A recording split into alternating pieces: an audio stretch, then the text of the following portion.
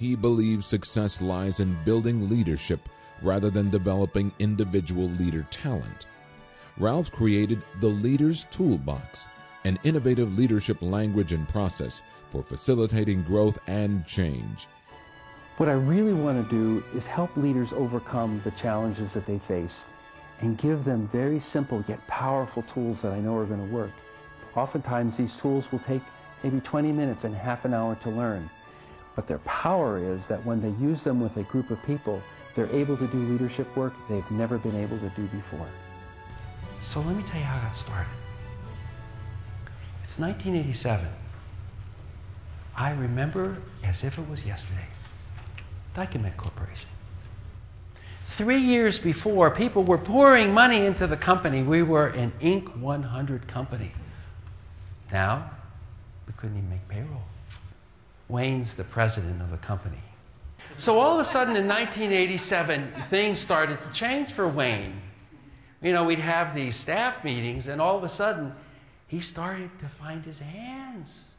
He started to use his hands, and he became really animated in his voice. It was like he snapped. I mean, it was like he came from New Jersey. So after the meeting, he'd come over and he'd say, "Well, Ralph, can you know, what's happened here? Can you tell me a little bit about, you know, we had this coaching thing going on." And, you know, I tried everything I knew how to do. I did the team building stuff with the telephone poles, and it didn't work. I tried I did the thing with the Myers-Briggs thing, you know, and that didn't have too much insider help. I did the 360-degree feedback. You know, none of that changed the business. So he came to me afterwards and he said, "You know, Ralph, I'm really struggling with this. How do I, you know, what do I do?" And I said, "You know, what you got to do is you got to do a strategic plan. We got to understand where the market's going. We got to, you know," I told him all this stuff. And he looked up at me and he said, "You're right. How do I do that?" And I didn't have the answers. So what I decided to do instead was to say to myself, this is never going to happen to me again. And so I spent 10 years of my life putting together methods and processes that leaders could actually use and do to help them really understand how to do leadership work. Ralph's book, Leading for a Change, was nominated as one of the best business books. He has presented at Linkage Leadership Development Summit, Corporate University Summit, and American Management Association. His work has been featured in American Executive, Executive Excellence, and Chief Learning Officer magazine. Suppose you're going and you want to drive from Malaga, New Jersey to Laguna Hills, California. Now, how many of you have ever been to Laguna Hills, California? Know where it is? Oh, lots of folks, right? Lots of heads going, yeah. Now, how many of you know Malaga, New Jersey? Not too many. You're fortunate. What can I say? It's a hick town. It's my hometown. It's a hick town. You know, they never, you know those signs they put up that says, you know, welcome to so-and-so, you know, population? They didn't even bother. We didn't even have street signs in my town because people didn't care. So here's the question. If you want to go from Malaga, New Jersey to Laguna Beach, California, what's the first thing you're going to do? If you want to drive from Malaga, New Jersey to Laguna Beach, California, what's the first thing you're going to do? You're going to get a map. Leaders don't have a map. Knowing where they are and figuring out where they got to be, pretty tough stuff. But what if they could have a map? I mean, what if they could have a map that says, this is where you are, this is the next step in the process, and this is how you get there? Would that not be helpful to them? Would that not be like having the keys to the kingdom? Would that not be like gold? Like a sense and a way to really understand how getting all the leaders on the same page. Because you know what happens? All those leaders at the top, they want to come together. They want to make it work. Problem is, some think they're playing football. Some people think they're playing hockey. Others are playing golf. They don't know what the playing field looks like. Now, think of the advantage. Imagine we could think about leadership as a process. Now, what do we know about process? It's repeatable. That means I can do it over and over and over again. A process means I can learn it. So leadership doesn't have to be this mysterious kind of thing that's amorphous, that only people with great charisma have. No, I can teach anybody. If it's a process, I can incrementally get better at it. I can measure it.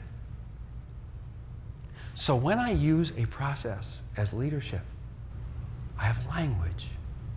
Without language, I can't do anything.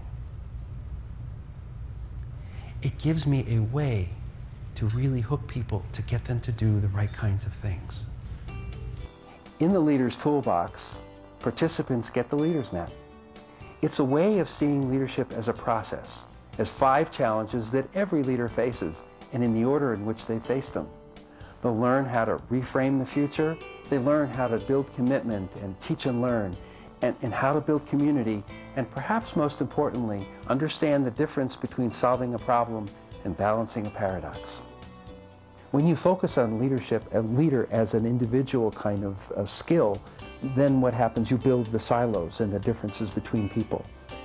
But what I'm trying to do in Keynote is really trying to encourage people to work together, to realize that leadership is this shared responsibility, and that if they work together and open up together, and if they focus on those things, they're going to be a whole lot better as leaders, and the organization will prosper as a result.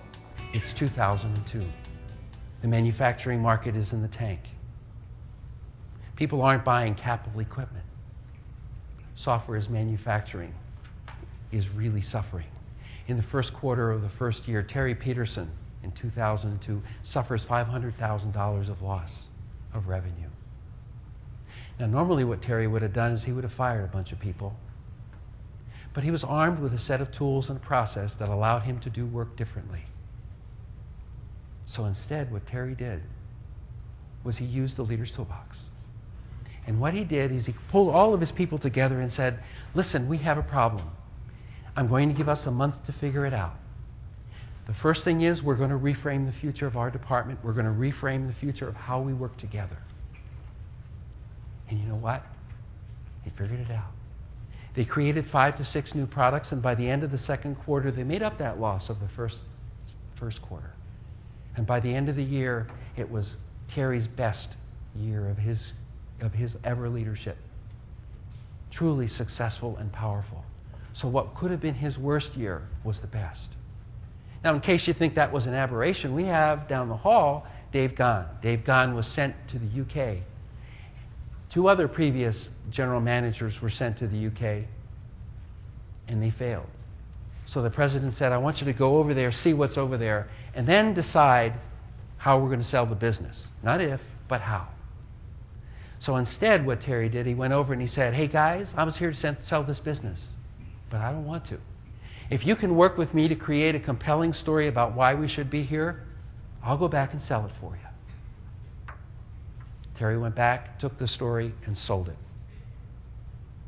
Soft Brands Manufacturing actually increased its sales by the end of that first year by 30%.